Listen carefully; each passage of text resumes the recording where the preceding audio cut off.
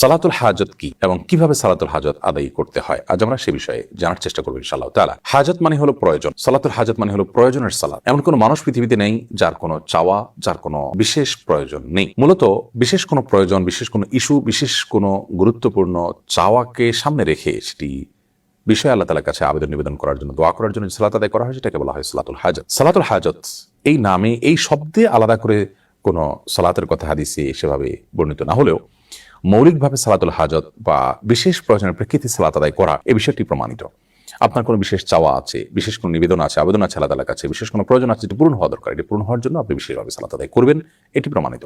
কোরআনে কারীমে আল্লাহ তাআলা বলেছেন, ওয়াস্তাঈনু বিস-সাবরি ওয়াস-সালাহ, তোমরা সবর এবং সালাতের মাধ্যমে আল্লাহ তাআলার কাছে সাহায্য প্রার্থনা করো। যে কোনো ইস্যুতে সাহায্য প্রার্থনা করার ব্যাপার থাকতে পারে, সেখানে আমরা সালাত আদায় করে সাহায্য প্রার্থনা করব। এটাই হলো প্রয়োজনের মুহূর্তের সালাত।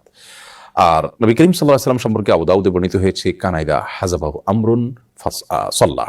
অন্য বর্ণনায় আছে কানাইদা হাজাবাহু আমরুন ফাজা ইলা সালাহ, অর্থাৎ নবী করিম সাল্লাল্লাহু আলাইহি ওয়াসাল্লামের জীবনে গুরুত্বপূর্ণ কোনো ইস্যু, কোনো প্রয়োজন, কোনো সমস্যা তার সামনে এসে পড়লে তিনি সাথে সাথে সালাতে দাঁড়িয়ে যেতেন। সালাতের মাধ্যমে আল্লাহ তাআলার কাছে আশ্রয় প্রার্থনা করতেন, প্রয়োজন পূরণের জন্য দোয়া করতেন।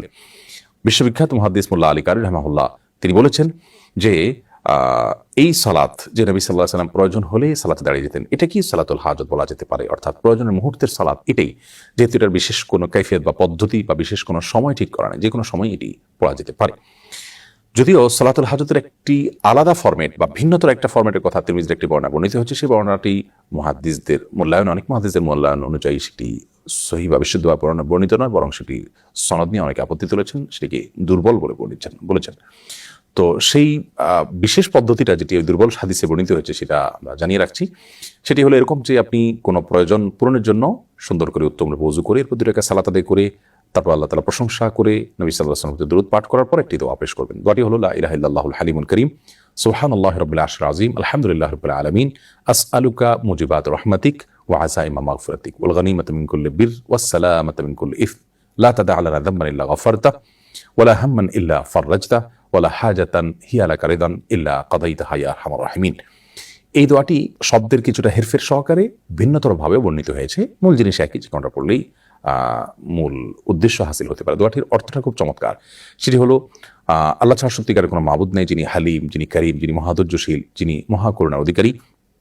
সুবহানাল্লাহি রাব্বিল আরশিল আযীম, ওই আল্লাহর পবিত্রতা বর্ণনা করছি, পবিত্রতা জ্ঞাপন করছি, যিনি মহান আরশের রব এবং পালনকর্তা। প্রশংসা করছি ওই আল্লাহর, যিনি সকল জগৎসমূহের পালনকর্তা।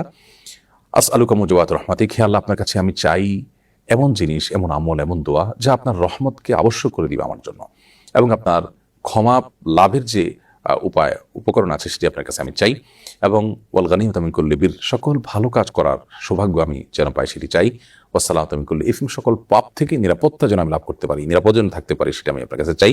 লা তাদা লানা যামবান ইল্লা গফারতাহ, আল্লাহ আমার এমন কোনো পাপ যেন না থাকে যা আপনি মাফ করেননি, ক্ষমা করেননি, অর্থাৎ সব গুনাহ আপনি মাফ করে দিন। ওয়ালা হাম্মান ইল্লা ফাররাজতাহ, এবং এমন কোনো পেরেশানি যেন আমার না থাকে যা আপনি দূর করে দেননি, অর্থাৎ সব পেরেশানি দূর করে দিন।